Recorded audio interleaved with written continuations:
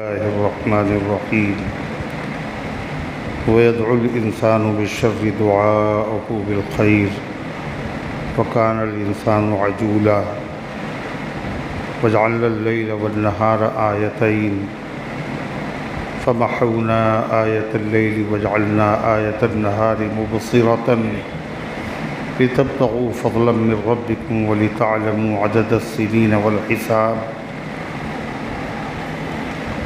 وكل شيء فصلناه تفصيلا وكل إنسان ألزمناه طائره في عنقه ونخرج له يوم القيامة كتابا يلقاه منشورا اقرأ كتابك كفى بنفسك اليوم عليك حسيبا من اهتدى فإنما يهتدي لنفسه ومن ضل فإنما يضل عليها ولا تزر وازرة وزر أخرى وما كنا معذبين حتى نبعث رسولا وإذا أردنا أن نهلك قرية أمرنا مترفيها ففسقوا فيها فحق عليها القول فدمرناها تدميرا وكما أهلكنا من القرون من بعد نوح وكفى بربك بذنوب عباده خبيرا بصيرا من كان يريد العاجلة عجلنا له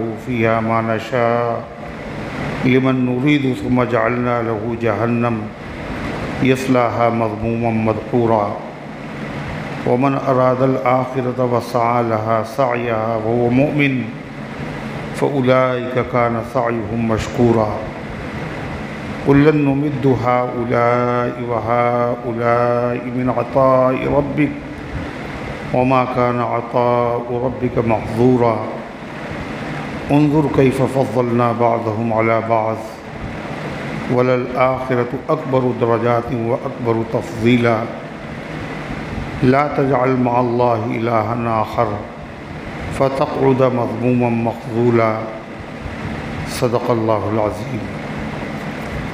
محترم حضرات، سامعین کرام، حاضرین مسجد، عزیزوں اور بزرگوں اور باوقار ماؤں اور بہنوں، یہ قرآن مقدس کے 15ویں پارے کی سورہ بنی اسرائیل کی پاکیزہ، نورانی، مبارک، باعظمت، مطہر آیتیں۔ دعا کیجئے اللہ تعالیٰ ان مبارک آیات کی روشنی میں صحیح اور سچی بات عرض کرنے کی توفیق نصیب فرمائے اور ہم سب کو عمل کرنے کی توفیق عطا فرمائے۔ اس سے پہلے کی آیت میں اللہ تعالیٰ نے فرمایا ان ھذا القرآن یہدی للتی ہی اقوم، بے شک یہ قرآن ایسا راستہ دکھاتا ہے جو بالکل سیدھا ہے۔ توریت کا ذکر تھا، وہ بھی ہدایت کے لیے ہے مگر بنی اسرائیل کے لیے، اور قرآن رہنمائی کے لیے ہے سارے عالم کے لیے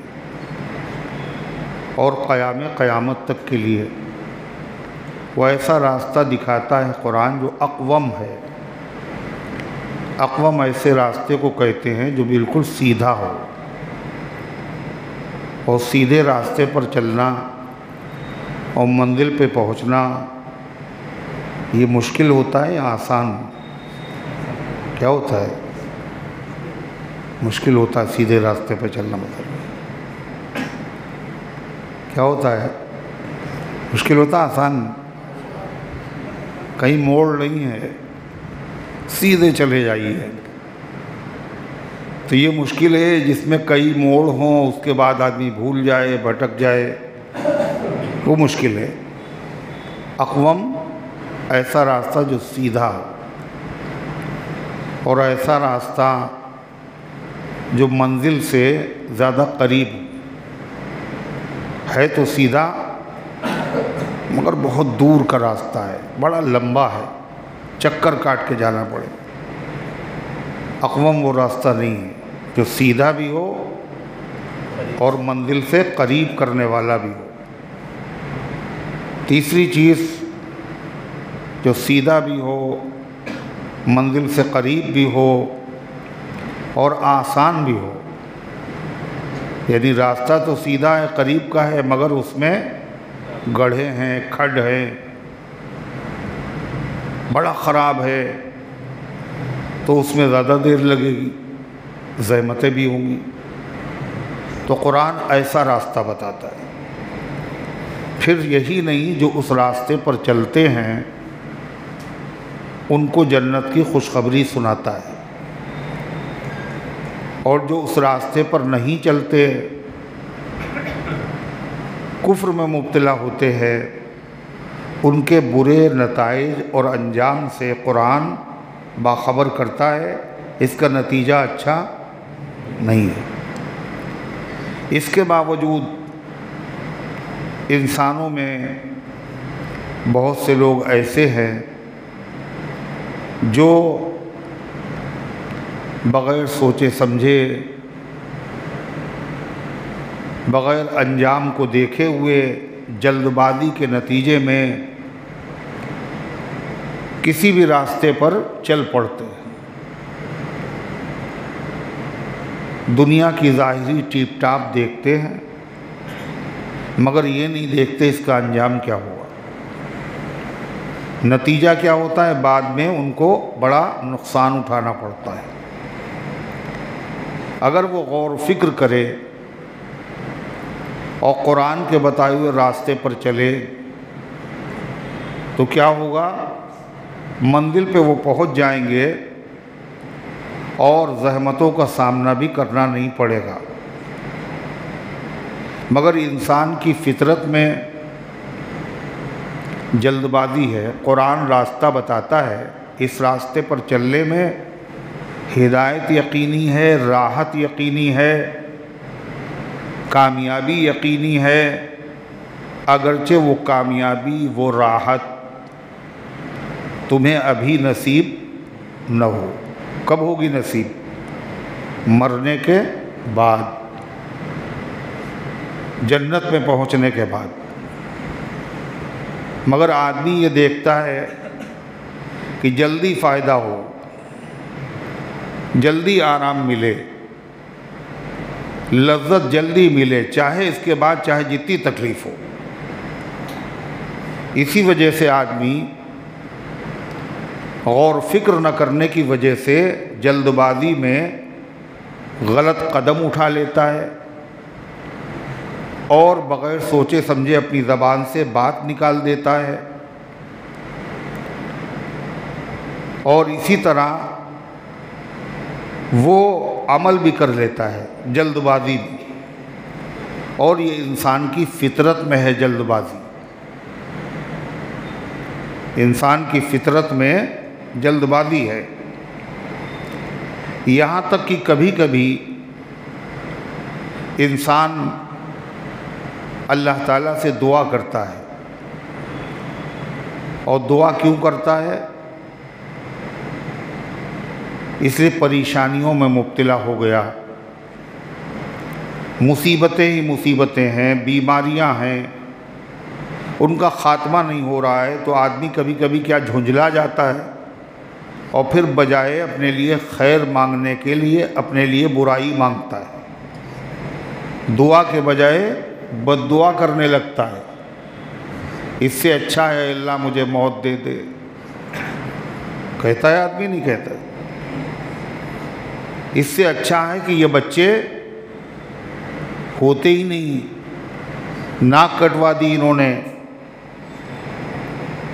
اور کبھی کبھی اپنی سواری کو، اپنی اولاد کو، اپنے مال کو، کبھی خود اپنے لیے دعا کرتا ہے۔ دعا کیا ہوتی ہے؟ بد دعا ہوتی ہے۔ وہ یہ سمجھتا ہے کہ شاید ہم نے یہ برائی مانگی ہے، موت آ جائے گی تو ہماری مصیبتوں کا خاتمہ ہو جائے گا،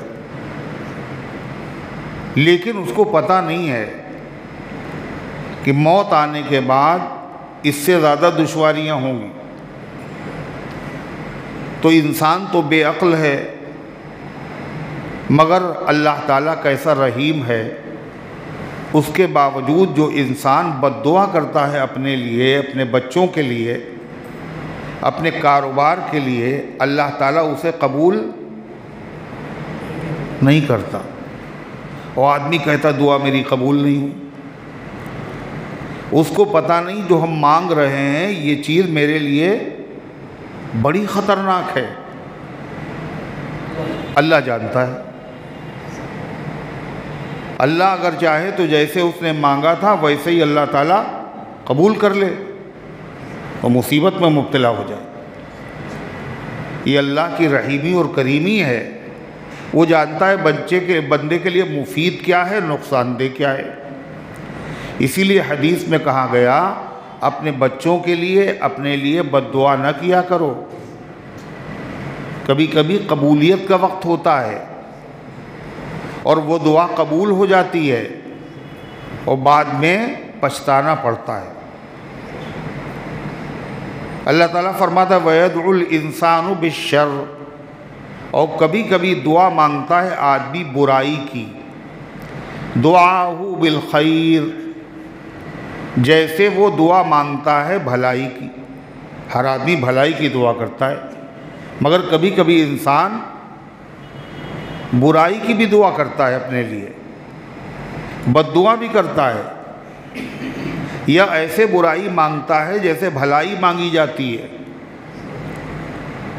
اور بعض مرتبہ تو جو کافر ہوتا ہے اس کو یقین نہیں ہوتا، بطور مذاق کے مانگتا ہے، جیسے قرآن میں ذکر ہے اللہم ان کان ھذا ھو الحق من عندک فامطر علینا حجارۃ من السماء او ائتنا بعذاب علیم۔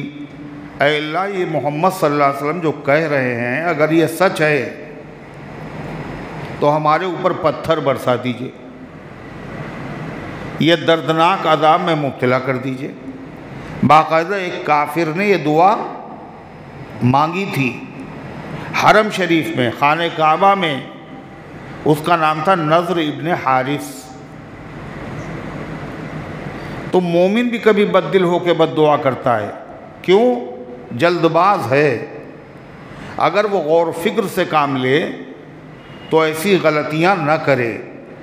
وَكَانَ الْإِنسَانُ عَجُولًا، انسان جلد باز ہے۔ وَجَعَلْنَا اللَّيْلَ وَالنَّهَارَ آيَتَيْنِ فَمَحَوْنَا آيَةَ اللَّيْلِ وَجَعَلْنَا آيَةَ النَّهَارِ مُبْصِرَةً۔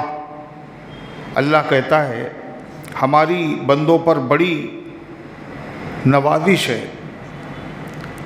وہ مانگ رہا ہے، اس کو پتہ نہیں، وہ سمجھ رہا ہے یہ چیز ہمارے لیے اچھی ہے، حالانکہ وہ چیز اس کے حق میں اچھی نہیں، ہم جانتے وہ نہیں جانتا۔ اگر ہم اس کی دعا قبول نہیں کرتے تو وہ پریشان ہوتا ہے، کیوں؟ جلد باز۔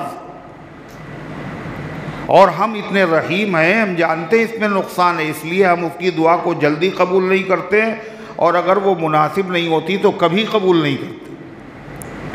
ہماری مہربانی اسی پر موقوف نہیں ہے، اگر انسان غور کرے تو اللہ تعالیٰ کی قدرت کی نشانی، اللہ کی مہربانیاں، اللہ کی نعمتیں قدم قدم پہ نظر آئیں گی۔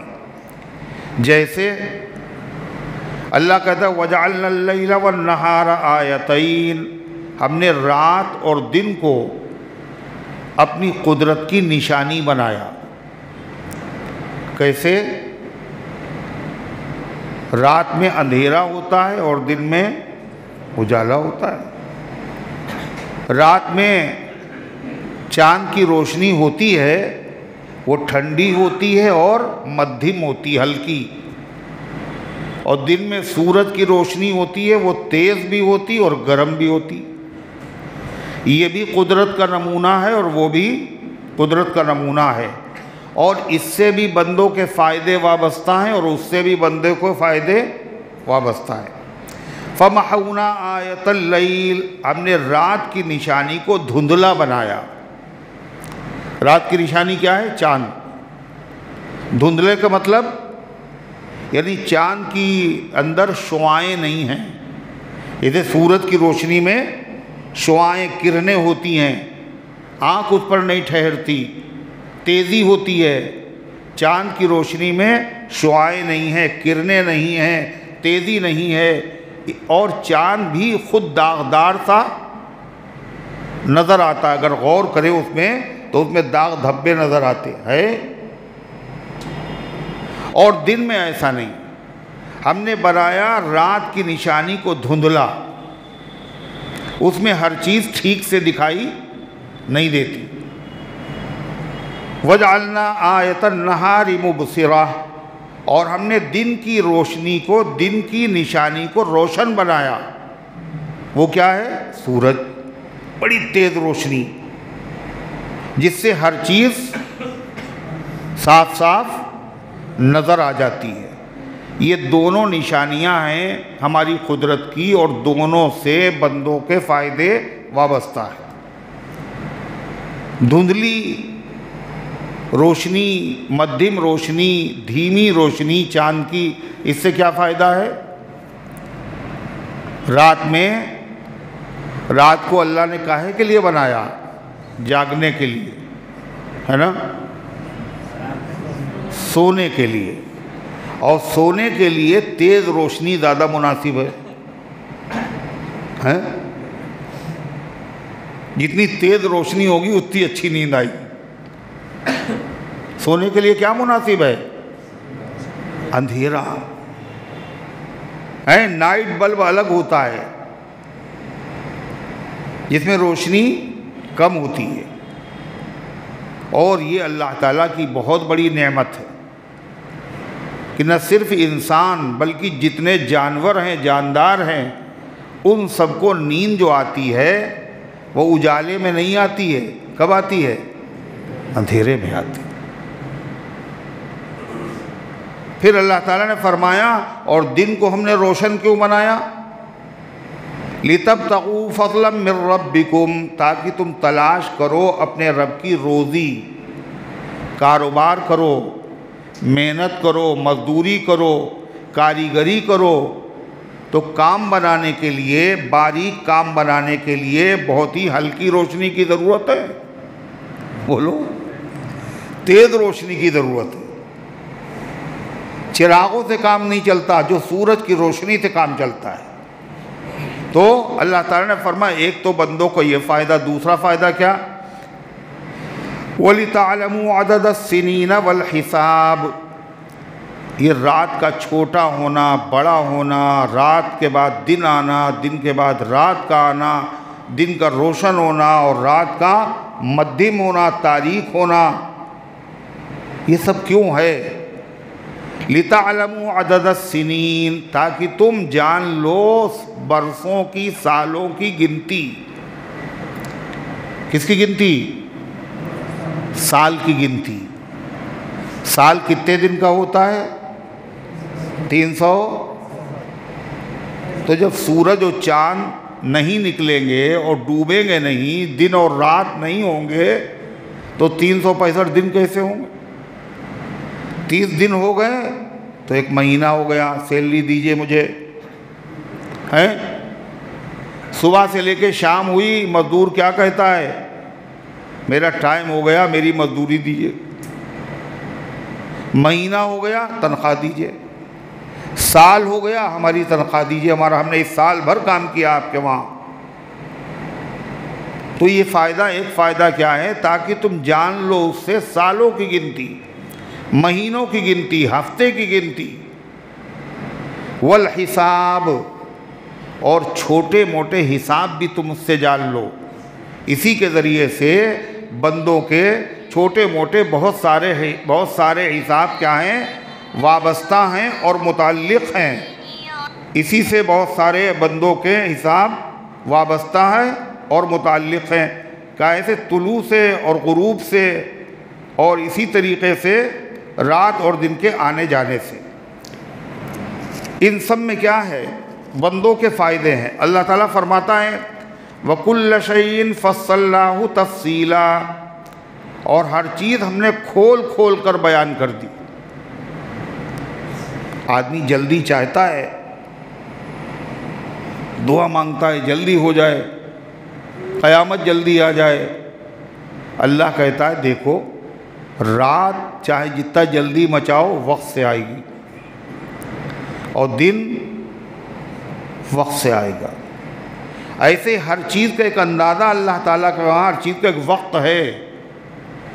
چاہے جتنی جلدی مچاؤ، چاہے جتنا ہنگامہ کرو، شور مچاؤ، رو دھو، کچھ بھی کرو، جو وقت اللہ نے مقرر کیا ہے اسی پر ہوگا۔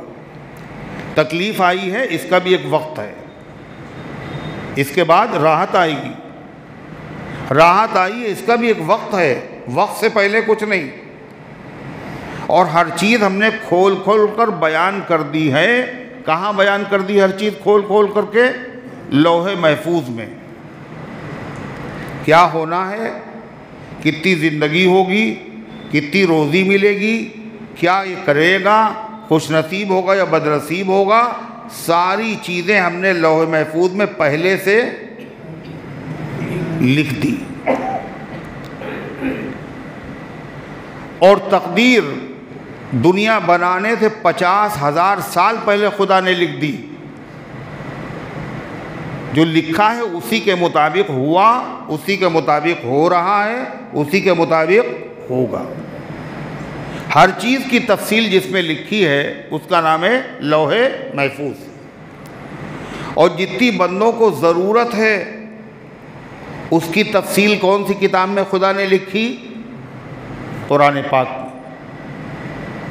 بندوں کو جن چیزوں کی ضرورت ہے وہ چیزیں کھول کھول کر قرآن میں بیان کی، اور ہر چیز کی ڈیٹیل اور ہر چیز کی تفصیل ذرے ذرے کی کہاں لکھی ہے؟ لوح محفوظ میں۔ یہ اللہ کا کمال ہے کہ دنیا میں ایک چیز ہزاروں سال بعد ہو رہی ہے مگر اللہ نے اسے پہلے سے لکھ دیا۔ ایک حدیث میں آتا ہے کہ حضرت موسیٰ علیہ السلام اور حضرت آدم علیہ السلام، ان دونوں سے مناظرہ ہوا آپس میں۔ عالم ارواح میں، دنیا میں تو ہوا نہیں، کہاں آدم کہاں موسیٰ، بہت بعد میں آئے۔ عالم ارواح میں ہوا۔ موسیٰ علیہ السلام نے آدم علیہ السلام سے کہا، آپ وہی آدم ہیں جن کو اللہ نے اپنا خلیفہ بنایا، اللہ نے اپنے ہاتھوں سے بنایا، اللہ نے فرشتوں سے آپ کے آگے سجدہ کرایا، اللہ نے آپ کو جنت میں ٹھہرایا اور کہا وَكُلَا مِنْهَا رَغَدًا، کھاؤ یہاں کی نعمتیں، مگر ایک درخت کے قریب نہ جانا۔ کہا تھا نہیں کہا تھا؟ مگر آپ نے وہ درخت کھا لیا۔ نتیجہ کیا ہے؟ اس کی وجہ سے سارے انسان زحمت میں مبتلا ہو گئے اور سب زمین کے اوپر آ گئے۔ اگر آپ ایسا نہ کرتے تو زحمت نہ ہوتی۔ آپ کے کھانے کی وجہ سے سب کو آپ نے زمین کے اوپر اتار دیا، اور زمین پہ جو ادھم مچ رہا ہے وہ آپ دیکھ رہے ہیں۔ تو آدم علیہ السلام نے موسیٰ علیہ السلام سے کہا، آپ وہی موسیٰ ہیں جن کو اللہ تبارک و تعالیٰ نے ہم کلامی کا شرف عطا کیا، کوہ طور پر بلایا، اور وہی موسیٰ ہیں جن کو توریت کی تختیاں عطا کی، اور ان میں بہت ساری ضروری باتیں اللہ نے لکھ دی۔ یہ بتاؤ کتنا زمانہ پہلے، میری پیدائش سے کتنے زمانے پہلے اللہ نے توریت کو لکھا؟ پتہ ہے موسیٰ تمہیں؟ موسیٰ علیہ السلام نے کہا 50,000 سال پہلے، آدم کی پیدائش سے 50,000 سال پہلے۔ تو کہا آپ نے توریت میں لکھا ہوا دیکھا ہے وَعَصَىٰ آدَمُ رَبَّهُ فَغَوَىٰ، آدم نے اپنے رب کا کہنا نہیں مانا اور وہ اپنے مقصد میں ناکام ہو گئے۔ میری پیدائش سے 50,000 سال پہلے توریت میں لکھا تھا کہ آدم سے یہ غلطی ہو گئی اور آدم نے یہ درخت کا کیوں کھایا، اس لیے کہ تاکہ جنت میں ہم ہمیشہ رہیں، اپنے مقصد میں وہ ناکام ہو گئے۔ یہ پہلے لکھا ہے نہیں لکھا ہے؟ میری پیدائش سے پہلے۔ تو آپ مجھے اس غلطی کے اوپر ملامت کر رہے ہیں جو میری پیدائش سے 50,000 سال پہلے لکھی ہوئی تھی۔ تو موسیٰ علیہ السلام خاموش ہو گئے۔ حدیث میں فحج آدم علی موسیٰ، دلیل میں آدم موسیٰ علیہ السلام کے اوپر غالب آ گئے، کوئی جواب ہی نہیں تھا موسیٰ علیہ السلام کے پاس۔ یعنی یہ تو ایک تقدیری فیصلہ ہے، یہ تو ہونا ہی تھا، اس کے اوپر ہمیں ملامت نہ کیجیے۔ پھر اللہ فرماتا وَكُلَّ إِنسَانٍ أَلْزَمْنَاهُ طَائِرَهُ فِي عُنُقِهِ، اور ہر انسان کے اعمال کو ہم نے اس کی گردن کا ہار بنایا ہے۔ ہر انسان کے عمل کو، جو بھی عمل کرے، جہاں بھی عمل کرے، اچھا کرے یا برا کرے، ہم نے انسان کے اعمال کو اس کے گلے کا ہار بنایا ہے۔ اور ہار جو ہوتا ہے وہ گلے سے الگ نہیں ہوتا۔ اعمال سے مراد یہاں پر ہے اعمال نامہ۔ انسان کہیں بھی ہو، کچھ بھی کرے، اس کا ہر عمل اعمال نامے میں بولو لکھا جاتا رہتا ہے۔ جیسے ہار گلے سے الگ نہیں ہوتا، ایسے انسان کا اعمال نامہ بھی آدمی سے الگ نہیں ہوتا۔ وہ گھر میں ہے تو گھر میں لکھا جا رہا ہے، بازار میں تو بازار میں لکھا جا رہا ہے، اکیلے میں ہے تو وہاں لکھا جا رہا ہے، مجمع میں تو وہاں لکھا جا رہا ہے۔ جو بھی بولے، جو بھی کہے، اِذْ يَتَلَقَّى الْمُتَلَقِّيَانِ عَنِ الْيَمِينِ وَعَنِ الشِّمَالِ قَعِيدٌ، جب دو لینے والے لیتے ہیں، جو دائیں بائیں بیٹھے ہیں، دائیں کندھے پہ اور بائیں کندھے پہ، جو کچھ کر رہا ہے، جو بول رہا ہے، وہ اسے کیا کر رہے ہیں؟ لکھ رہے ہیں۔ ان کو کیا کہا جاتا ہے؟ کرامن کاتبین۔ ان کا نام نہیں ہے کرامن کاتبین۔ کرام کے معنی ہیں عزت والے، عظمت والے، اور کاتبین کے معنی لکھنے والے۔ جو فرشتے ہیں وہ بڑے عزت و عظمت والے ہیں، وہ دو فرشتے تھوڑی ہیں، وہ تو ہر آدمی کے ساتھ ہیں۔ ارے ہیں نہیں تو کتنے ہو گئے؟ اگر دو ہوتے تو کہا جاتا کاتبین، دو لکھنے والے۔ دو لکھنے والے نہیں، کاتبین، بہت سے لکھنے والے۔ ما یلفظ من قول الا لدیہ رقیب عتید، آدمی کے منہ سے کوئی لفظ نہیں نکلتا مگر وہ اس کو لکھنے کے لیے، نوٹ کرنے کے لیے فوراً تیار رہتا ہے۔ داہنے کاندھے پہ جو فرشتہ ہے وہ افسر ہے، بائیں کاندھے پہ جو فرشتہ ہے وہ اس کے ماتحت ہے، دائیں کاندھے پر جو فرشتہ ہے وہ نیکیاں نوٹ کرتا ہے، اور بائیں کاندھے پہ جو فرشتہ ہے وہ برائیاں نوٹ کرتا ہے۔ مگر نیکیاں لکھنے والا فرشتہ اس فرشتے سے کہتا ہے، جب کوئی بندہ برائی کرتا ہے، بری بات کہتا ہے، برا کام کرتا ہے، رک جاؤ، ابھی نہ لکھنا، ٹھہرو۔ نیکی ہوئی تو فوراً لکھ لیا، بری بات، برا کام ہوا تو کہا ابھی نہ لکھو، رکو، ابھی ٹھہرو۔ لعلہ یتوب، ہو سکتا ہے یہ توبہ کر لے۔ جب وہ توبہ نہیں کرتا تو پھر کیا کہا؟ اب لکھو۔ تو اللہ فرماتا ہے ہر انسان کے اعمال کو ہم نے اس کے گلے کا ہار بنا دیا۔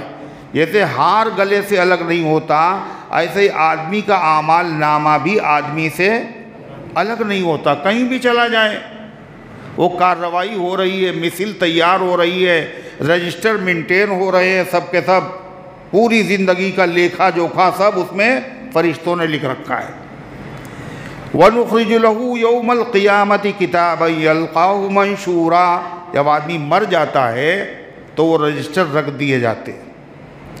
جب قیامت کا دن ہوگا، نُخْرِجُ لَهُ يَوْمَ الْقِيَامَةِ كِتَابًا يَلْقَاهُ مَنْشُورًا، تو ہم اس نامہ اعمال کو قیامت کے دن اس کے سامنے کر دیں گے اور وہ اس کو پائے گا کھلی ہوئی کتاب، رجسٹر ہے اور کھلا ہوا، اور اس کے بعد اس سے کہا جائے گا کیا؟ اقرا کتابک، اپنی کتاب پڑھ لو۔ حضرت قتادہ رحمۃ اللہ علیہ فرماتے ہیں آدمی پڑھا لکھا ہو یا بے پڑھا لکھا، عربی جانتا ہو یا نہ جانتا ہو، وہاں کی زبان عربی ہے تو ہر آدمی اپنے نامہ اعمال کو پڑھ لے گا، اس میں نیکیاں ہوں گی، ان کو دیکھ کر کے اسے غم ہوگا نا، کرے صحیح، اس میں نیکیاں جو دیکھے گا تو کیا ہوگا؟ اسے نیکیاں دیکھ کے خوشی ہوگی، اور برائیاں دیکھے گا تو کیا ہوگا؟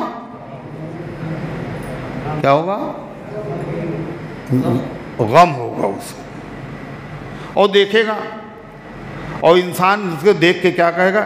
ما ذا الکتاب لا یغادر صغیرۃ ولا کبیرہ، یہ کیسی کتاب ہے؟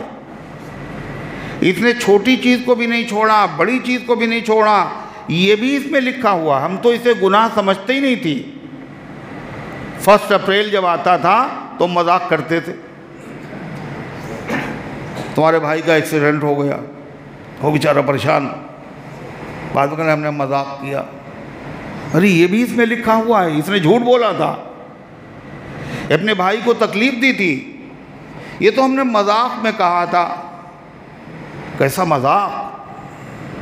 کسی ایمان والے کو تکلیف پہنچانا حرام ہے، چاہے ہاتھ سے پہنچاؤ، چاہے زبان سے پہنچاؤ، چاہے لکھ کے پہنچاؤ، چاہے فون کر کے پہنچاؤ، یہ تم نے کیا کیا؟ اب پہلی صف میں آ رہے ہیں، دیر سے آئے، اور پہلی صف میں زیادہ ثواب ہے، اس لیے زیادہ ثواب کے چکر میں آ رہے ہیں۔ جتنے لوگ بیٹھے ہیں سب کی گردنوں سے پیر اوپر کرتے ہوئے پھلانگتے ہوئے آ رہے۔ جب کوئی آدمی بیٹھا ہو، کوئی آدمی پیر اوپر کر کے نکلے تو بہت اچھا لگتا ہے نا، بولو اچھا لگتا ہے نا؟ برا لگتا، اذیت ہوتی ہے۔ پہلی صف میں آنے کے لیے کتنے مسلمانوں کو تکلیف پہنچائی آپ نے، کتنے نمازیوں کو۔ اللہ کے نبی علیہ السلام خطبہ دے رہے تھے اور ایک صاحب آئے دیر سے، اور وہ آگے آنے لگے تو آپ نے فرمایا اجلس فقد آذیت الناس، بیٹھ جاؤ، تم نے لوگوں کو بہت ستایا ہے۔ پہلی صف میں نماز پڑھنا مستحب ہے، اور مسلمان کو تکلیف پہنچانا حرام ہے، حرام۔ لوگ اس کو سمجھتے ہی نہیں، مسجد کے اندر گئے، گھر میں جب آئے اور جب جانے لگے تو کمرے کی لائٹ بھی بند کر دی، اور پنکھا بھی بند کر دیا، اور اے سی بھی بند کر دیا، اور جب مسجد میں دیکھا سارے نمازی چلے گئے، ہم ہی بچے ہیں، اور پنکھا فل اسپیڈ پہ چل رہا ہے۔ ہم نے جتنی دیر بیٹھے اپنے لیٹے بیٹھے تسبیح پڑھی، اور اس کے بعد چلتے بنے۔ اب وہ چل رہا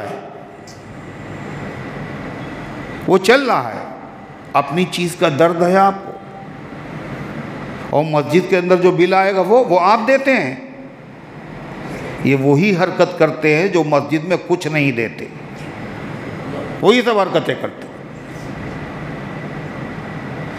اور یہی نہیں، استنجے خانہ بھی مسجد کا استعمال کریں گے۔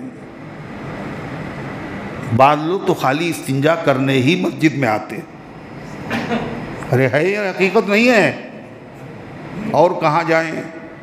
اللہ کا گھر ہے تو اللہ کا گھر عبادت کے لیے یا استنجے کے لیے؟ استنجے کے لیے۔ کچھ لوگ ٹھنڈا پانی بھرنے کے لیے مسجد میں آتے ہیں، آنے والے الگ الگ ہیں۔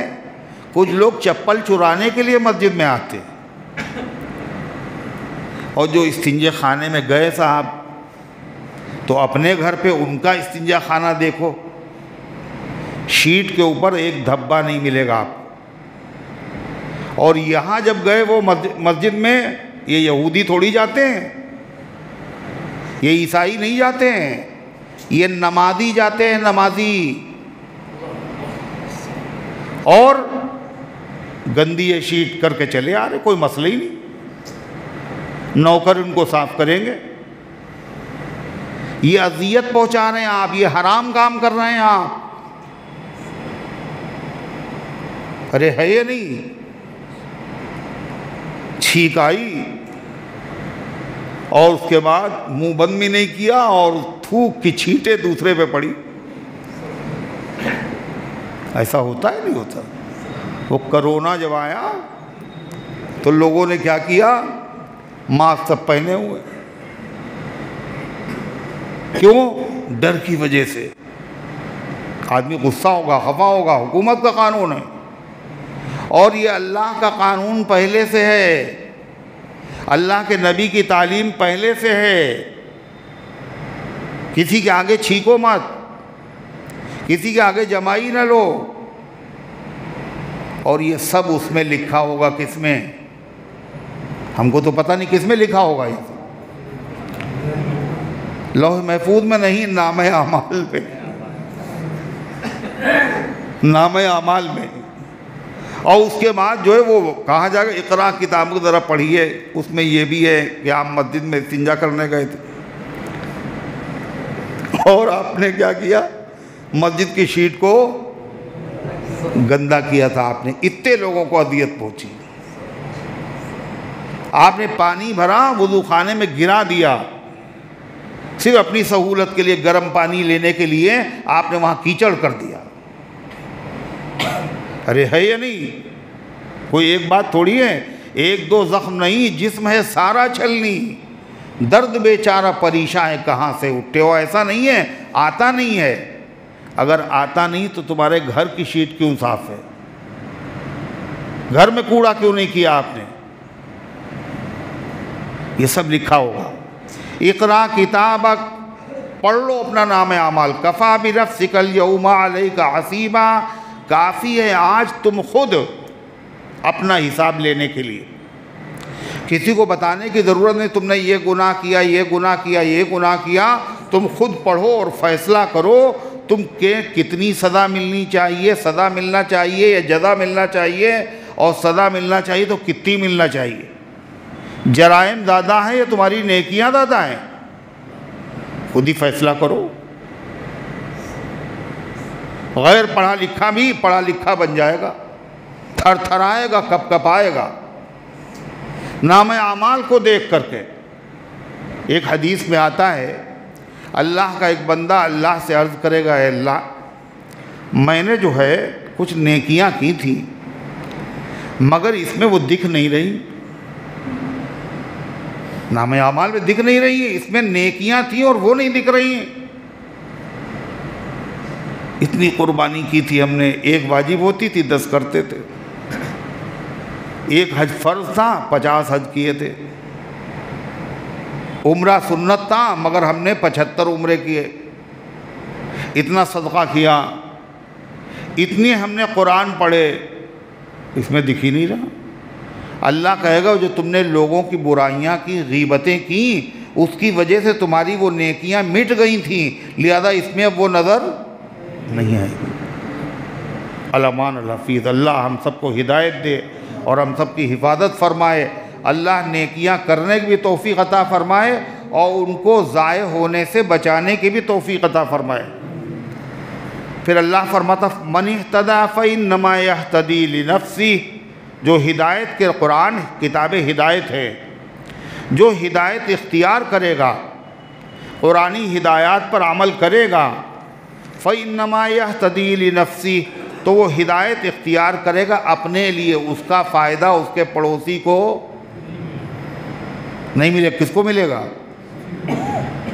ارے کس کو ملے گا؟ اسی کو ملے گا۔ وَمَنْ ضَلَّ فَإِنَّمَا يَضُلُّ عَلَيْهَا، اور جو اس سے بہکے گا، نافرمانی کرے گا، قانون شکنی کرے گا، شریعت کے قانون کی لاپرواہی کرے گا، تو اس کے قانون توڑنے کا وبال اس کے پڑوسی کی گردن پہ ہوگا؟ کس پہ ہوگا؟ اسی پہ ہوگا۔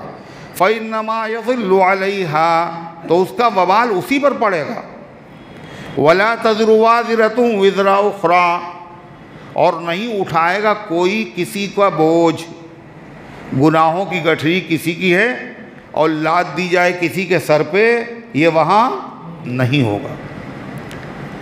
حضرت عائشہ صدیقہ رضی اللہ عنہا کے پاس ایک شخص نے آ کے بتایا کہ عبداللہ ابن عمر رضی اللہ عنہ کہتے ہیں کہ جب آدمی مر جاتا ہے اور اس کے گھر والے اس پر روتے ہیں، بین کر کے روتے ہیں، تو ان رونے والوں کی وجہ سے مرنے والے کو قبر میں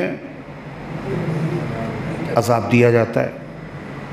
تو عائشہ صدیقہ رضی اللہ عنہ فرمایا عبداللہ ابن عمر تو سچے آدمی ہیں،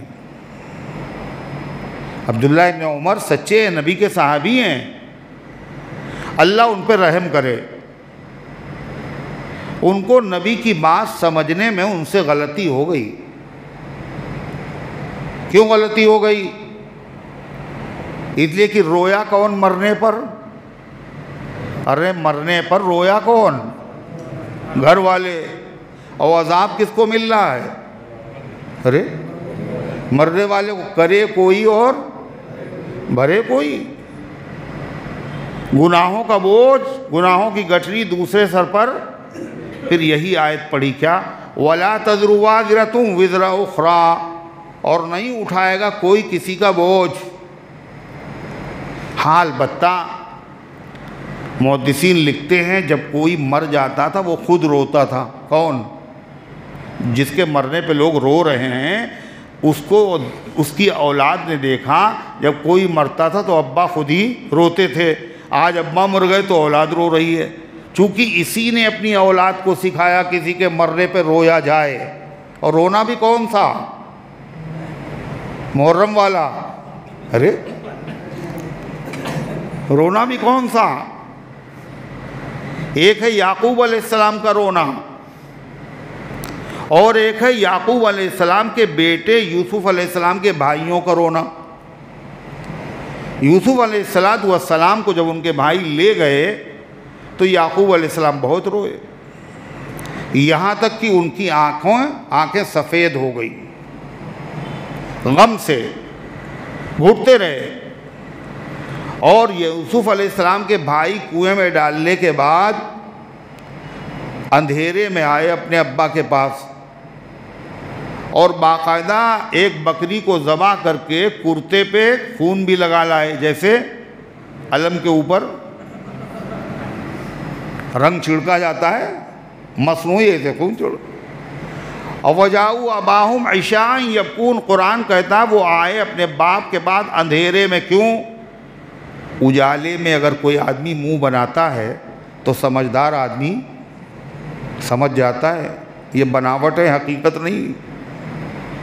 سمجھدار آدمی سمجھ جاتا، ہر آدمی نہیں سمجھ جاتا ہے، سمجھدار آدمی سمجھ جاتا ہے۔ حضرت سلیمان علیہ السلام کے زمانے میں دو عورتیں تھیں، ایک کا بچہ پیدا ہوا، دو کا بچہ پیدا، ایک کا بچہ بھیڑیا اٹھا لے گیا، دوسری نے کیا کیا چالاکی، دوسرے کا بچہ خود لے لیا۔ وہ کہہ رہی ہے ہمارا ہے، وہ کہہ رہی ہے ہمارا ہے۔ اب اس کے بعد سلیمان علیہ السلام کے بعد جب یہ مقدمہ آیا تو سلیمان علیہ السلام نے کہا، وہ کہہ رہی ہے ہمارا ہے، کہتے ہمارا ہے۔ کہنے اس کا تو فیصلہ بس ایک ہی ہو سکتا ہے، بچے کو آدھا آدھا کر دیا جائے، آدھا تمہیں دے دیا جائے، تمہیں دے دیا جائے۔ تو ایک بولی بچے کو آدھا نہ کیجئے، اسی کو دے دیجئے۔ کہنے یہی ماں ہے، اور یہ جو زیادہ رو رہی ہے یہ مکار ہے۔ یہ اس کا بچہ، یہ کہہ رہی ہے بچہ زندہ تو رہے گا، اس کے پاس رہے گا، اور یہ راضی آدھے آدھے کرنے پہ۔ تو سمجھدار آدمی سمجھ جاتا ہے۔ یعقوب علیہ السلام سمجھدار نہیں تھے، بل سولت لکم انفسکم امرا، یہ تم نے اپنی طرف سے گڑھ لیا ہے، میں صبر ہی کروں گا۔ تو ایک رونا کون سا ہے؟ یعقوب علیہ السلام کا کیا روئے تھے وہ؟ یہ رونے والے یہ بھی کہتے ہیں تو قرآن سے ثابت ہے رونا۔ کیسے ثابت ہے؟ کہ یعقوب علیہ السلام روئے تھے، وہ تو پیغمبر تھے، پیغمبر گناہ کرتا نہیں، پیغمبر معصوم ہوتا ہے، تو یعقوب روئے تھے ایسے ہم بھی روتے ہیں۔ مگر قرآن سے ایسے لوگوں کو کوئی فائدہ ہوگا نہیں، اس لیے کہ یعقوب علیہ السلام کی طرح یہ تھوڑی رو رہے ہیں۔ یعقوب علیہ السلام کہاں روئے تھے؟ نخاس میں۔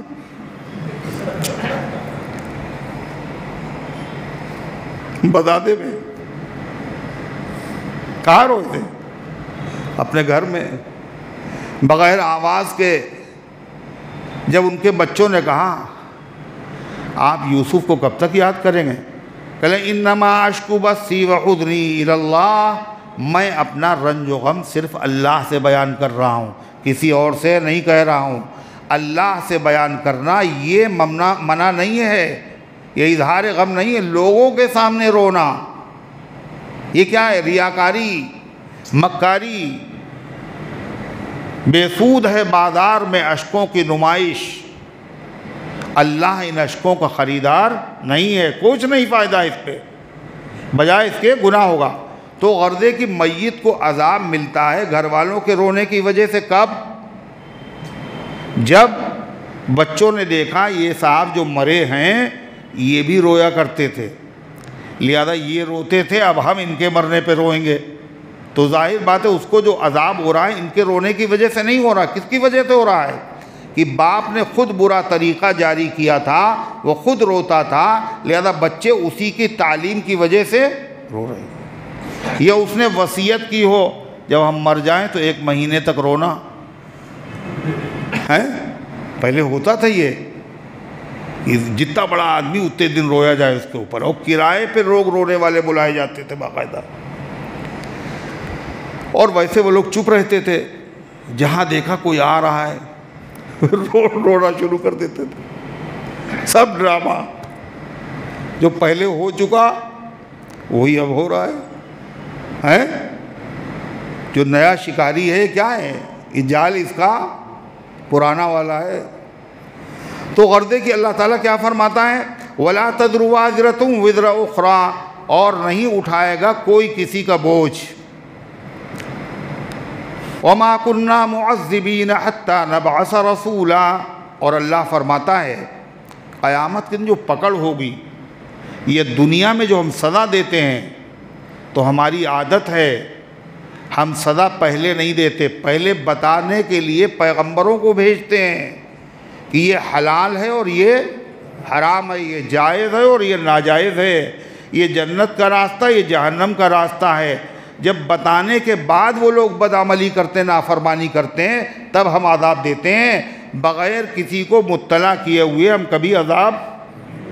وَمَا كُنَّا مُعَذِّبِينَ حَتَّىٰ نَبْعَثَ رَسُولًا، اور ہم کسی کو عذاب نہیں دیتے یہاں تک کہ بھیج دیتے ہیں ان میں پیغمبر۔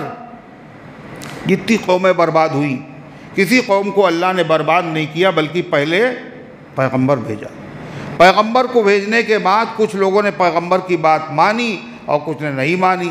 جنہوں نے مانی وہ بچائے گئے، جنہوں نے نہیں مانی وہ عذاب میں مبتلا کیے گئے۔ اللہ فرماتا وَإِذَا أَرَدْنَا أَن نُّهْلِكَ قَرْيَةً أَمَرْنَا مُتْرَفِيهَا فَفَسَقُوا فِيهَا فَحَقَّ عَلَيْهَا الْقَوْلُ فَدَمَّرْنَاهَا تَدْبِيرًا، جب تک کسی پیغمبر کو بھیجتے نہیں عذاب دیتے نہیں۔ پیغمبر کو بھیجنے کے بعد عذاب دیتے کب ہیں؟ اللہ فرماتا ہے وَإِذَا أَرَدْنَا أَن نُّهْلِكَ قَرْيَةً، جب ہم کسی بستی میں پیغمبر بھیجتے ہیں اور پیغمبر کی تبلیغ اور تعلیم کے باوجود لوگ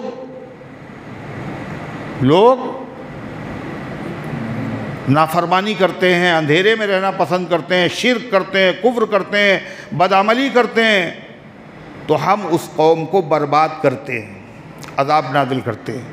مگر عذاب نازل کرنے کی علامت کیا ہے وہ دیکھیے، فرمایا وَإِذَا أَرَدْنَا أَن نُّهْلِكَ قَرْيَةً، جب ہم کسی بستی کو اس کی نافرمانی کی وجہ سے برباد کرنے کا ارادہ کرتے ہیں، أَمَرْنَا مُتْرَفِيهَا، تو اس بستی کے جو خوشائش، مالدار، رئیس، دولت مند لوگ ہیں ان کو حکم دیتے ہیں پیغمبروں کی زبانی کہ یہ صحیح راستہ یہ ہے، غلط راستہ یہ ہے۔ مالدار لوگوں کو خاص طور سے تبلیغ کرتے ہیں پیغمبر، اور عوام کو تبلیغ کرتے ہیں عام طریقے پر۔ اور جو بڑے لوگ ہوتے ہیں، چودھری ہوتے ہیں، رہنما ہوتے ہیں، لیڈر ہوتے ہیں، پیغمبر پہلے جا کے انہی سے ملتے ہیں۔ کیوں؟ اس لیے کہ لیڈر ہیں، یہ اگر سیدھے راستے پہ آ گئے تو ان کے پیچھے چلنے والے بھی سیدھے راستے پہ آ جائیں گے، یہ اگر بگڑ گئے تو ان کے پیچھے چلنے والے بھی بگڑ جائیں گے۔ اللہ کے نبی علیہ السلام جب وہاں گئے تھے طائف، تو طائف میں آپ کس سے ملے تھے؟ ارے پڑھا ہے قصہ نا؟ طائف جو آپ تبلیغ کے لیے گئے تھے تو آپ نے عوام میں تقریر کی تھی یا آپ خاص لوگوں سے ملے تھے؟ خاص لوگ۔ پورے قبیلے ثقیف کے سردار 3 بھائی تھے، انہی تینوں بھائیوں سے آپ پہلے ملے۔ تو اللہ کہتا ہے جب کسی بستی کو ہم برباد کرنے کا ارادہ کرتے ہیں وہاں پیغمبر کو بھیجتے ہیں، اور پیغمبر پہلے رئیسوں کو، مالداروں کو، امیروں کو، لیڈروں کو، رہنماؤں کو، چودھریوں کو دین کی تبلیغ کرتا ہے اور پھر عوام کو کرتا ہے۔ لیکن جب لیڈر نہیں مانتے ہیں، مخالفت کرتے ہیں، گناہ کرتے ہیں، جو لوگ جو لیڈر کرتے ہیں وہی پبلک کرتی ہے، تو پھر کیا ہوتا؟ ہم اس قوم پر عذاب نازل کرتے ہیں، اس کو برباد کر دیتے۔ کیا فرمایا؟ وَإِذَا أَرَدْنَا أَن نُّهْلِكَ قَرْيَةً، جب ہم ارادہ کرتے ہیں کسی بستی کو ہلاک کرنے کا، أَمَرْنَا مُتْرَفِيهَا، تو ہم حکم دیتے ہیں اس بستی کے، مترف کہتے ہیں، کیا کرتے ہیں اللہ میاں جب کسی بستی پہ عذاب نازل کرنا چاہتے ہیں تو کیا کرتے ہیں؟ سنو بیٹھ کر سمجھو، نیند آئے تو جگہ بدل لو۔ کیا کرتے ہیں؟ پہلے عوام جو بڑے لوگ ہوتے ہیں، وہاں کے چودھری لوگ ہیں، پہلے نبی ان کو سمجھاتے ہیں، پھر پبلک کو سمجھاتے ہیں، پھر بڑے لوگ جب نہیں مانتے ہیں، پبلک بھی نہیں مانتی، پھر اللہ کا عذاب آتا ہے۔ فرمایا اللہ تعالیٰ نے فَحَقَّ عَلَيْهَا الْقَوْلُ فَدَمَّرْنَاهَا تَدْمِيرًا، پھر ان پر عذاب کی بات ثابت ہو جاتی ہے، ہم ان کو برباد کر دیتے ہیں۔ ایک مطلب اس کا یہ ہے۔ دوسرا مطلب، جب کسی قوم پر عذاب کا وقت آتا ہے تو وہاں کے جو بڑے لوگ ہوتے ہیں ہم ان کو دولت سے اور دنیا کے عہدوں سے خوب نواز دیتے ہیں، بڑے لوگوں کو اور دھن دولت دیتے ہیں، وہ بدمعاشی کرتے ہیں، ان کی دولت اور بڑھتی چلی جاتی، وہ مست ہو جاتے ہیں، ان کو دیکھ کر کے پبلک بھی مست ہو جاتی ہے، پھر سب کو برباد کر دیتے ہیں۔ تیسرا مطلب، جب کسی قوم کو ہم برباد کرنا چاہتے ہیں تو وہاں مالدار لوگوں کی کثرت ہو جاتی ہے،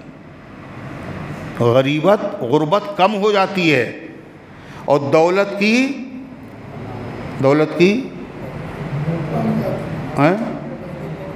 کمی ہو جاتی ہے، غربت کا خاتمہ ہو جاتا ہے۔ عام طور پر لوگ وہاں کے مالدار ہو جاتے ہیں، اور مالدار ہو جانے کے بعد وہ خدا کو بھول جاتے ہیں، اور خدا کو بھول کر کے جب وہ لوگ بدعمالیہ کثرت سے کرتے ہیں تو پوری قوم کو ہم برباد کر دیتے ہیں۔ اس کا مطلب پوری قوم میں غربت کا ختم ہو جانا اور لوگوں کا برائیوں میں مبتلا ہو جانا یہ اچھی علامت نہیں ہے۔ پہلے لوگوں کو پاس پیسہ زیادہ تھا، آج زیادہ ہے، آج زیادہ ہے، اور پہلے لوگ تھوڑے تھے مگر ان میں اچھے زیادہ تھے، خراب کم تھے۔ دولت جب آتی ہے تو کیا لے کے آتی ہے؟ کیا لے کے آتی ہے؟ دولت لے کے کیا آتی ہے؟ فتنہ فساد لے کے آتی ہے یا نہیں؟ زیادہ تر برائیاں اور گناہ دولت ہی کی وجہ سے ہوتے ہیں۔ تکبر آدمی کون کرتا ہے؟ فقیر آدمی نا۔ کون کرتا ہے؟ دولت مند کرتا ہے۔ ظلم کون کرتا ہے؟ غریب آدمی، دولت والا۔ سود پہ پیسہ کون دیتا ہے؟ فقیر آدمی نا۔ فقیر آدمی سودی قرضہ دیتا ہے لوگوں کو۔ کون دیتا ہے؟ رشوت آگے بڑھ کے کون دیتا ہے؟ جس کے پاس نہیں ہوتا نا۔ یہ نظام ہے اللہ کا۔ اس کا مطلب یہ ہے جب اللہ کسی آدمی کو دولت دے تو اس کو اور اس کی ذمہ داری بڑھ جاتی ہے، وہ اپنی اصلاح کی زیادہ کوشش کرے، کہیں ہمارے قدم بہک نہ جائیں۔ دولت جب آتی ہے تو کیا کرتی ہے؟ فساد لے کے آتی ہے، بگاڑ لے کے آتی ہے، تباہی لے کے آتی ہے۔ وفا، جفا، غرور، تکبر، خودرائی، یہ سارے وصف امیروں میں پائے جاتے ہیں۔ دغا، فریب، تکبر، دغا، فریب، غرور، تکبر، خودرائی، اپنے آپ کو سب سے اچھا سمجھنا، یہ سارے وصف امیروں میں پائے جاتے ہیں۔ دولت جب آتی ہے تو آدمی کی رفتار بدل جاتی ہے، آدمی کے ملنے جلنے کا انداز بدل جاتا ہے، آدمی کے رشتہ داروں سے تعلقات بدل جاتے ہیں، ہر چیز میں تبدیلی ہو جاتی ہے۔ اسی طریقے سے مسجد سے اس کا تعلق زیادہ بڑھ جاتا ہے نا جب آدمی دولت مند ہو جاتا ہے۔ اور روزے بھی لوگ خوب رکھنے لگتے ہیں نا۔ کیا ہوتا ہے؟ جا کے مسجد میں جو ہوتے ہیں سفارات و غریب، اور زحمت روزہ جو کرتے ہیں گوارا تو مالدار، غریب، اور پردہ رکھتا ہے اگر کوئی تمہارا تو غریب، اور غافل عمرہ نشے دولت میں ہم سے، اور قائم ہے ملت بیضا غربا کے دم سے۔ ہوتا ہے نا، سب سے پہلے مسجد ہی چھوٹ جاتی ہے، اب اللہ نے دیا کیا کریں گے، اور جب نہیں دیا تو ہر وقت سجدے میں پڑے رہتے تھے۔ تو اللہ تعالیٰ فرماتا ہے وَكَمْ أَهْلَكْنَا مِنَ الْقُرُونِ مِنْ بَعْدِ نُوحٍ، اور کتنی ہی امتیں ہیں جن کو ہم برباد کر چکے ہیں، غارت کر چکے ہیں، تباہ کر چکے ہیں عذاب کے ذریعے سے، نوح علیہ السلام کے بعد۔ نوح علیہ السلام سے پہلے نہیں، عذاب کے ذریعے سے جن قوموں کو برباد کیا گیا وہ نوح علیہ السلام کے بعد برباد کیا گیا۔ نوح علیہ السلام سے پہلے کسی قوم کو برباد کیوں؟ برباد اسی کو کیا جاتا ہے جو بربادی کے لائق ہو۔ اس سے پہلے لوگ عذاب و سزا کے مستحق نہیں تھے۔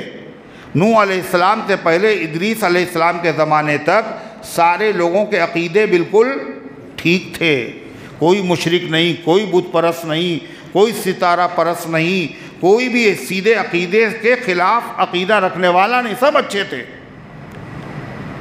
جب بت پرستی پیدا ہوئی تو نوح علیہ السلام کو اصلاح کے لیے بھیجا گیا، 950 سال تک سمجھایا، صرف 80 لوگ ایمان لائے، پھر اللہ کا عذاب آیا طوفان نوح۔ اس کے بعد بہت ساری قومیں برباد کی گئیں، قوم عاد، قوم سمود، قوم لوط، قوم موسیٰ، یہ جتنی قومیں برباد کی گئی ہیں سب نوح علیہ السلام کے بعد۔ وَكَفَى بِرَبِّكَ بِذُنُوبِ عِبَادِهِ خَبِيرًا بَصِيرًا، اور آپ کا پروردگار اپنے بندوں کے گناہوں سے باخبر ہونے کے لیے کافی ہے اور دیکھنے کے لیے کافی ہے، یعنی اللہ کو پتہ ہے کس نے کیا گناہ کیا، کتنا گناہ کیا، کون سزا کا مستحق ہے، کیسی سزا ہونا چاہیے، کب سزا ہونا چاہیے۔ وَمَنْ كَانَ يُرِيدُ الْعَاجِلَةَ عَجَّلْنَا لَهُ فِيهَا مَا نَشَاءُ لِمَن نُّرِيدُ ثُمَّ جَعَلْنَا لَهُ جَهَنَّمَ يَصْلَاهَا مَذْمُومًا مَدْحُورًا۔ اللہ فرماتا دنیا میں دو طرح کے لوگ ہیں۔ کئی طرح کے؟ دو طرح۔ ایک تو وہ ہیں جو نیک کام کرتے ہیں مگر نیک کام کرنے سے ان کی نیت، ان کا ارادہ آخرت کی کامیابی نہیں ہوتی، صرف دنیا مقصود ہوتی ہے. دان پن بھی اگر کرتے ہیں کاہے کے لیے؟ ہمارا کاروبار بڑھ جائے، ہم الیکشن میں کامیاب ہو جائیں. جو بھی کام کرتے ہیں، قربانی ہو یا کوئی صدقہ ہو، خیرات ہو، جو بھی کام کرتے ہیں ان کا مقصد کیا ہوتا ہے؟ صرف دنیا. جن کا مقصد صرف دنیا ہوتی ہے وہ بھی دو طرح کے لوگ ہوتے ہیں. کئی طرح کے؟ کون کون؟ ایک تو وہ جو کافر ہوتے ہیں،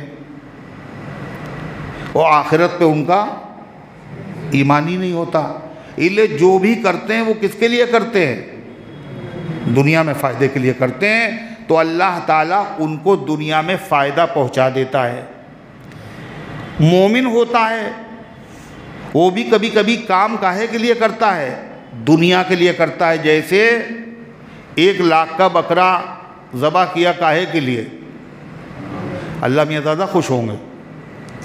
کاہے کے لیے؟ پورے محلے میں نام ہوگا، اخبار میں خبر چھپے گی، اس پہ اللہ لکھا ہوا تھا. جس بکرے پہ اللہ لکھا اس کی قیمت ہو گئی 1 لاکھ. اور جو امام 5 وقت اللہ اکبر کہہ کے نماز پڑھاتا ہے اس کی تنخواہ کتنی؟ 5,000. کیوں؟ وہ سب کو پتہ چلے گا، کسی کو نہیں پتہ چلے گا.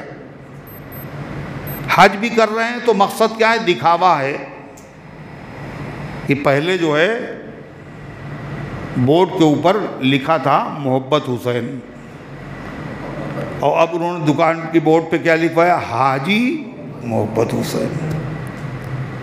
اب لوگ زیادہ ہمارے جال میں پھنسیں گے. یہ حاجی صاحب کی دکان ہے، یہ ہمارے ساتھ غلط نہیں کریں گے، ہے نا؟ مقصد کیا ہے ان کا یہ لکھوانے کا؟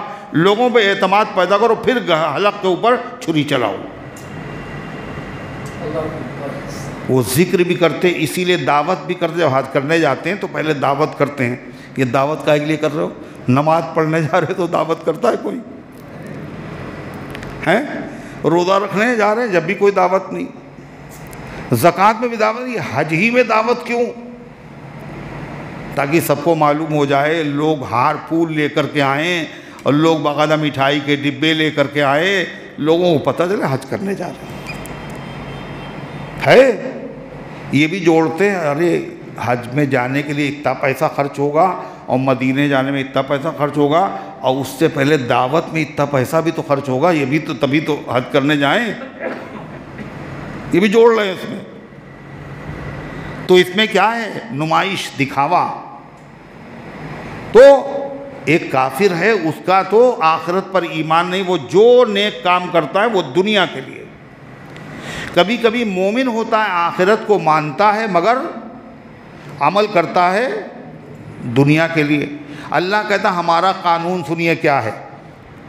من کان یرید العاجلۃ، جو دنیا کا ارادہ رکھتا ہے، عجلنا لہ فیہا ما نشاء، ہم اسے دنیا ہی میں دے دیتے ہیں.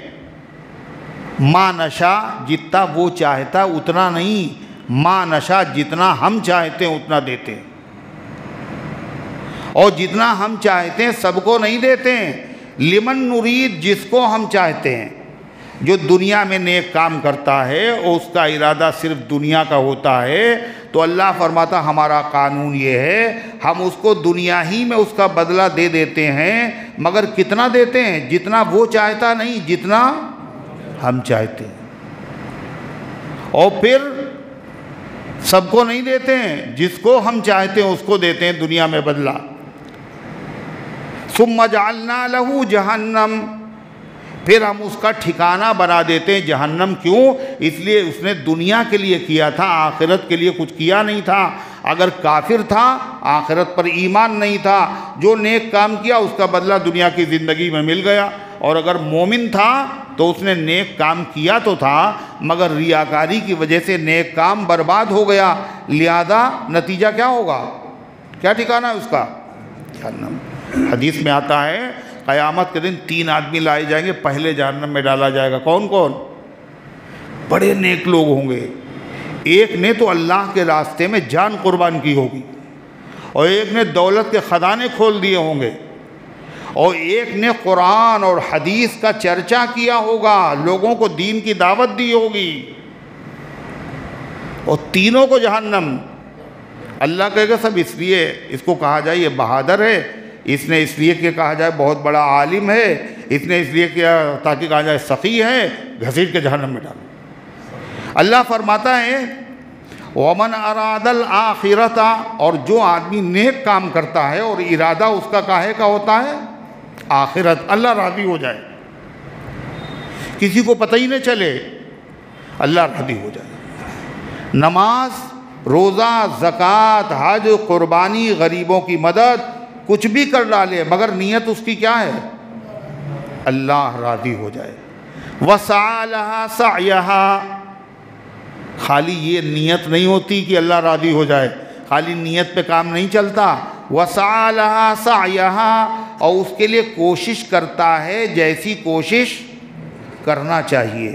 خالی اگر نیت ہو اللہ راضی ہو جائے تو کیا ہوگا؟ خالی نیت سے کام بنے گا؟ خالی نیت ہے حج کرنے جائیں اور پورے سال نیت ہی کرتے رہے، پوری زندگی گئے کبھی نہیں، تو ملے گا حج کا ثواب؟ آخرت کا ارادہ رکھتا ہو، پہلی شرط۔ دوسری شرط کیا ہے؟ وَسَعَى لَهَا، اس کے لیے عمل بھی کرے، خالی نیت کافی نہیں، ارادہ کافی نہیں، کیا کرے؟ ارے کوشش بھی کرے، عمل بھی کرے۔ پھر خالی عمل کرنا کافی نہیں، بہت سارے لوگ عمل کرتے ہیں محرم میں، کیا عمل کرتے ہیں؟ اللہ راضی ہو جائے، اور کیا کرتے ہیں؟ تعزیے رکھتے ہیں۔ ارے رکھتے نہیں، رکھتے ہیں تاکہ اللہ ناراض ہو جائے، اسی لیے رکھتے ہیں وہ لوگ۔ جو لوگ تعزیہ رکھتے ہیں، مسلمان رکھتے ہیں، ناواقف ہیں، وہ بیچارے رکھتے ہیں، تو کاہے کے لیے رکھتے ہیں؟ وہ اللہ ناراض ہو جائے۔ نیت ہے کہ اللہ راضی ہو جائے، اور کام بھی کر رہے ہیں، پیسہ بھی خرچ کر رہے ہیں، مشقت بھی اٹھا رہے ہیں، مگر پھر بھی جنت نہیں۔ نیکی کا ارادہ میں نیت بھی اچھی ہو اور دوسرے عمل بھی ہو، لیکن صرف عمل کافی نہیں، کیسا ہو؟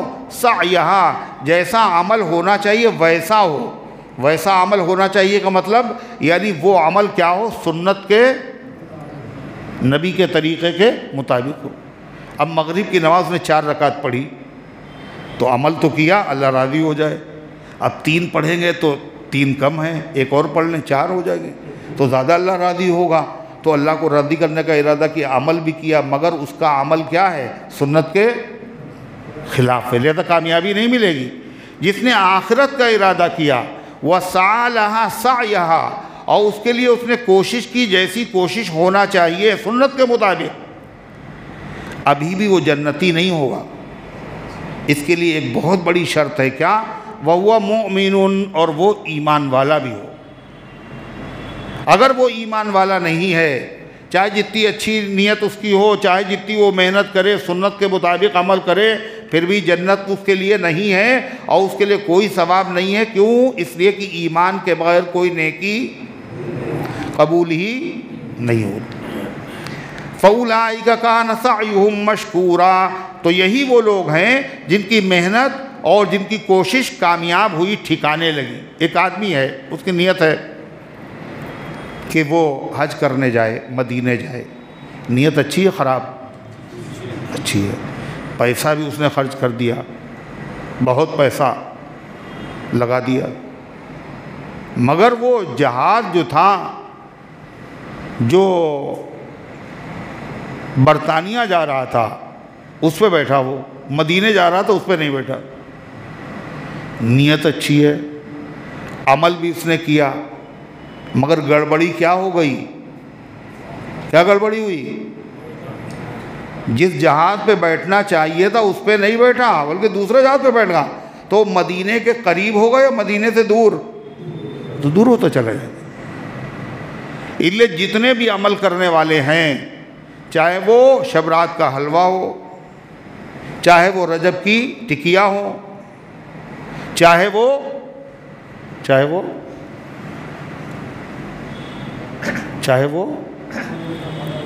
ہیں محرم کے زمانے کی رسمیں ہوں، یہ ساری کی ساری چیزیں کیا ہیں؟ یا مزاروں پہ جا کر کے طواف ہے، عرس ہے، چادر چڑھانا ہے، چراغ جلانا ہے، یہ جتنے لوگ یہ سب کام کر رہے ہیں ان سب کی نیت اچھی، عمل بھی کر رہے ہیں مگر پھر بھی ان کو کچھ ہاتھ نہیں آئے گا۔ کیوں نہیں آئے گا؟ جو عمل ہے وہ سنت کے بولو مطابق نہیں ہے، اللہ کے نبی کے طریقے کے خلاف۔ اللہ فرماتا یہ تو ہوا آخرت کا قانون، کیا؟ جو آدمی دنیا کا صرف ارادہ رکھے گا ہم اسے دنیا دیں گے، جو آخرت کا ارادہ رکھے گا محنت کرے گا اسے آخرت بھی دیں گے۔ لیکن دنیا کے بارے میں ہمارا ایک قاعدہ سنو، دنیا میں دنیا کی نعمتیں دینے کے لیے ایمان والا ہونا شرط ہے یا نہیں ہے؟ نہیں ہے۔ دنیا ایمان والوں کو بھی دیں گے اور غیر ایمان والوں کو بھی دیں گے۔ اللہ تبارک و تعالیٰ نے دنیا میں 4 بادشاہ ایسے ہوئے پوری دنیا پہ حکومت ان کو دی، 4، ان میں سے 2 ایمان والے اور 2 کافر ہیں۔ ایمان والے کون ہیں؟ حضرت سلیمان علیہ السلام، وہ نبی بھی ہیں، ذوالقرنین۔ اور غیر ایمان والے کون ہیں؟ بخت نصر بادشاہ اور نمرود۔ اللہ کیا کہتا ہے؟ کُلًّا نُمِدُّ هَٰؤُلَاءِ وَهَٰؤُلَاءِ مِنْ عَطَاءِ رَبِّكَ، ہر ایک کو ہم مدد دیں گے، ان کو بھی اور ان کو بھی، ایمان والوں کو بھی اور غیر ایمان والوں کو بھی، من عطاء ربک، اپنے پروردگار کی عطا اور نوازش میں سے، دنیا کی نعمتوں میں سے ہم عطا کریں گے۔ وما کان عطاء ربک محظورا، اور آپ کے پروردگار کی عطا اور نوازش پر دنیا میں کوئی روک و پابندی نہیں ہے۔ جو مشرک ہیں ان کو بھی اللہ کھلاتا نہیں کھلاتا، پانی پلاتا ہے نہیں پلاتا، جو مومن ان کو پلاتا۔ یہ بات آخرت کی ہے۔ اللہ فرماتا ہے جب ہم دنیا دیتے ہیں تو اس کے لیے ضروری نہیں کہ وہ آدمی مومن ہو، ایمان والوں کو بھی دیتے ہیں، غیر ایمان والوں کو دیتے ہیں، بلکہ اگر دیکھا جائے تو دنیا کی دولت ایمان والوں سے زیادہ غیر ایمان والوں کو خدا نے دیے۔ جبھی لوگوں کو شکوہ ہوتا ہے کیا؟ نعمتیں ہیں تیری اغیار کے کاشانوں پر، اور برق گرتی ہے تو بیچارے مسلمانوں پر۔ اللہ کہتا ہے ہم دنیا میں ایمان والوں کو بھی دیتے ہیں، غیر ایمان والوں کو، اس میں کوئی فرق نہیں کرتے، کوئی پابندی نہیں ہے۔ لیکن دنیا جو ہم دیتے ہیں وہ بھی سب کو برابر نہیں دیتے، برابر ہے؟ ارے مالدار جو لوگ ہیں جن کو دولت دی، عہدے دیے، وہ سب برابر ہیں کیا؟ ایک سے بڑھ کے ایک، کوئی کم ہے، کوئی اس سے بڑا، کوئی اس سے بڑا، کوئی اس سے بڑا۔ یہ تو دنیا کا حال ہے۔ اور آخرت میں ہم جب جو درجے دیں گے وہ کیا ہوگا؟ وہ بھی برابر کے نہیں ہوں گے۔ دنیا کے درجوں میں فرق ہوتا ہے، آخرت کے درجوں میں بھی اعمال کے اعتبار سے، اخلاص کے اعتبار سے بڑا فرق ہوگا۔ جو صحابہ کو ملے گا وہ عام انسانوں کو، مسلمانوں کو نہیں ملے گا۔ کیا کہا نبی کریم علیہ السلام نے؟ اگر انہوں نے آدھا مد، 1 مد جو صدقہ کیا ہے اور بعد میں آنے والا احد پہاڑ کے برابر کیا خرچ کرے؟ پلاؤ، کیا خرچ کرے؟ چاندی، سونا، پھر بھی اس کو وہ ثواب نہیں ملے گا جو صحابہ کو ملا تھا۔ جو اخلاص ان میں تھا وہ اخلاص اب کسی میں پیدا ہی نہیں ہوگا۔ جنت کے درجے، اللہ کے نبی صلی اللہ علیہ وسلم فرمایا جنت کے 100 درجے، ایک درجے سے دوسرے درجے کے درمیان آسمان و زمین کے برابر فاصلہ۔ نیچے والوں کو وہ اوپر والے درجے ایسے دکھائی دیں گے جیسے زمین والوں کو آسمان کے ستارے دکھائی دیتے ہیں۔ انظر کیف فضلنا بعضهم علی بعض، دیکھو تو ہم نے کیسے فضیلت دی ہے ان میں سے بعض کو بعض پر۔ دنیا میں جو درجے ہیں وہ سب کے برابر نہیں ہیں۔ دنیا میں کسی کو زیادہ دیا، کسی کو اس سے زیادہ دیا، اس سے زیادہ دیا۔ آخرت میں بھی درجے کیا ہوں گے؟ برابر۔ وَلَلْآخِرَةُ أَكْبَرُ دَرَجَاتٍ وَأَكْبَرُ تَفْضِيلًا، اور آخرت کے درجے زیادہ بڑے ہیں اور زیادہ فضیلت رکھنے والے ہیں۔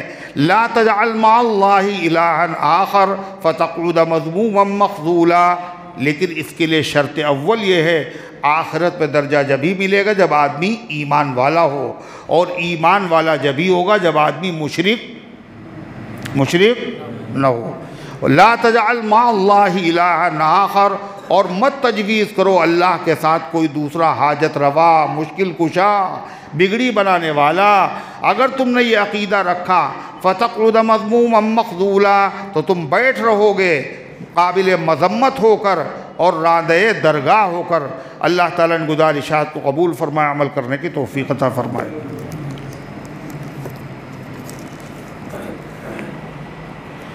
یا اللہ، ہمارے بھائی ہے رمضان الحق صاحب، ان کی طبیعت خراب ہے، دعا فرمائے اللہ تعالیٰ ان کو شفاء کاملہ عاجلہ مستمرہ دائمہ عطا فرمائے۔ زمزم پینے کا سنت طریقہ بتلائیں۔ زمزم کھڑے ہو کر کے پینا یہ ادب کا تقاضا ہے، لیکن بیٹھ کر پینا بھی جائز ہے۔ زمزم جب پیا جائے تو اس میں کیا ہے، قبلہ رخ ہو، یہ بھی ادب کا تقاضا ہے۔ اگر قبلہ رخ نہ ہو جب بھی جائز ہے تو، اور اس کے بعد دعا پڑھے آدمی۔ دعا جس مقصد سے زمزم کو پیا جائے اس مقصد میں زمزم پینے سے کامیابی ہوتی ہے۔ اور باقی تو وہی ادب ہے، کیا بیٹھ کے پانی پیا جائے، 3 سانسیں لی جائیں، سانسیں برتن کے باہر لی جائیں، بسم اللہ پڑھا جائے، دائیں ہاتھ سے پیا جائے، جو سب کے لیے سنت وہی زمزم کے لیے بھی ہے۔ اور درس قرآن میں ایک بزرگ آتے تھے، یہاں سامنے بیٹھتے تھے، یاد آیا، ان کا نام تھا اسلم صاحب۔ پچھلے درس میں ایک صاحب نے پرچہ دیا تھا مگر وہ واضح نہیں تھا، یعنی پچھلے درس سے پہلے منگل کے روز ان کا انتقال ہو گیا۔ انا للہ و انا الیہ راجعون۔ اللہ مرحوم کی مغفرت فرمائے، درجات کو بلند فرمائے۔ اور گرمی بڑی شدید ہے، ناقابل برداشت، لہذا اللہ سے دعا کرنا چاہیے کہ اللہ موسم کو سازگار بنائے، بارش کا نزول فرمائے۔ اس کے لیے کیا ہے، بارش کے لیے استغفار، کثرت سے استغفر اللہ پڑھے، صدقہ کرے، اللہ تعالیٰ سے معافی مانگے۔ اللہم صلی علی سیدنا وعلی آل سیدنا کما تحب و ترضا عدد ما تحب و ترضا۔ اللہم انت السلام ومنک السلام تبارکت یا ذا الجلال والاکرام۔ ربنا آتنا فی الدنیا حسنہ وفی الآخرۃ حسنہ وقنا عذاب النار۔ اللہم احفظنا من کل بلاء الدنیا وعذاب الآخرہ۔ اے اللہ ہم سب کی حاضری کو اپنی رحمت سے قبول فرما، ایمان کامل عطا فرما، اعمال صالحہ کی توفیق عطا فرما۔